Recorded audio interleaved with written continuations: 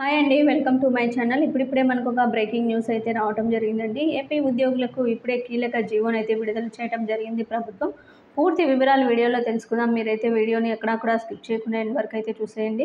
Video నచ్చినట్లయితే తప్పకుండా like చేయండి, షేర్ చేయండి. ఇక ఆంధ్రప్రదేశ్లో భారీగా ఐఏఎస్ అధికారుల బదిలీలు అయితే అయ్యారండి. 19 మంది ఐఏఎస్లను బదిలీ చేస్తూ ఏపీ ప్రభుత్వ ప్రధాన కార్యదర్శి నీరబ్ కుమార్ ప్రసాద్ గారు ఉత్తర్వులను అయితే జారీ చేయడం జరిగింది.